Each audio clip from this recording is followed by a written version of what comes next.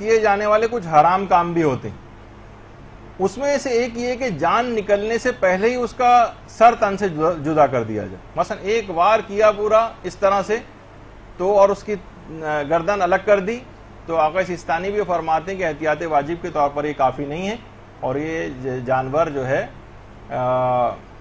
सही शुमार हलाल शुमार नहीं होगा। अलबत्ता अगर ये कर रहे हैं कि हम ज़िबा कर रहे हैं और छुरी तेज़ होने की वजह से या तेज़ रफ्तारी से छुरी चलाने की वजह से पूरी गर्दन कट के अलग हो गई, तो वो बिल्कुल सही है, वो जानवर हलाल समझा जाएगा। वो जानवर हलाल समझा जाएगा कि अगर इस अंदाज से तेज छुरी की वजह से या जल्दबाजी करने की वजह से पूरी गर्दन कट के अलग हो जाए। जब तक जानवर की जान ना निकल जाए तब तक उसका सर तन से जुदा ना किया जाए और एहतियात वाजिब है इसमें।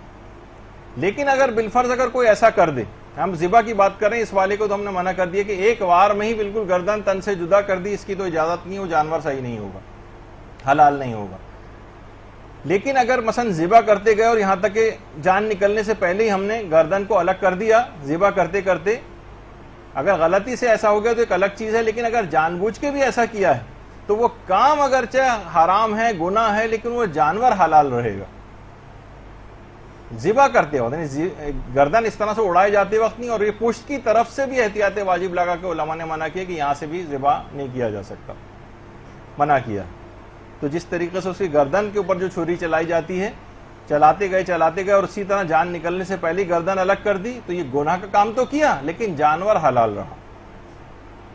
और एक और भी चीज है कि जान निकलने से पहले ही दूसरा हराम काम ये होता है कि उसकी गर्दन को तोड़कर उसमें से हराम मगज को काट कर निकालना।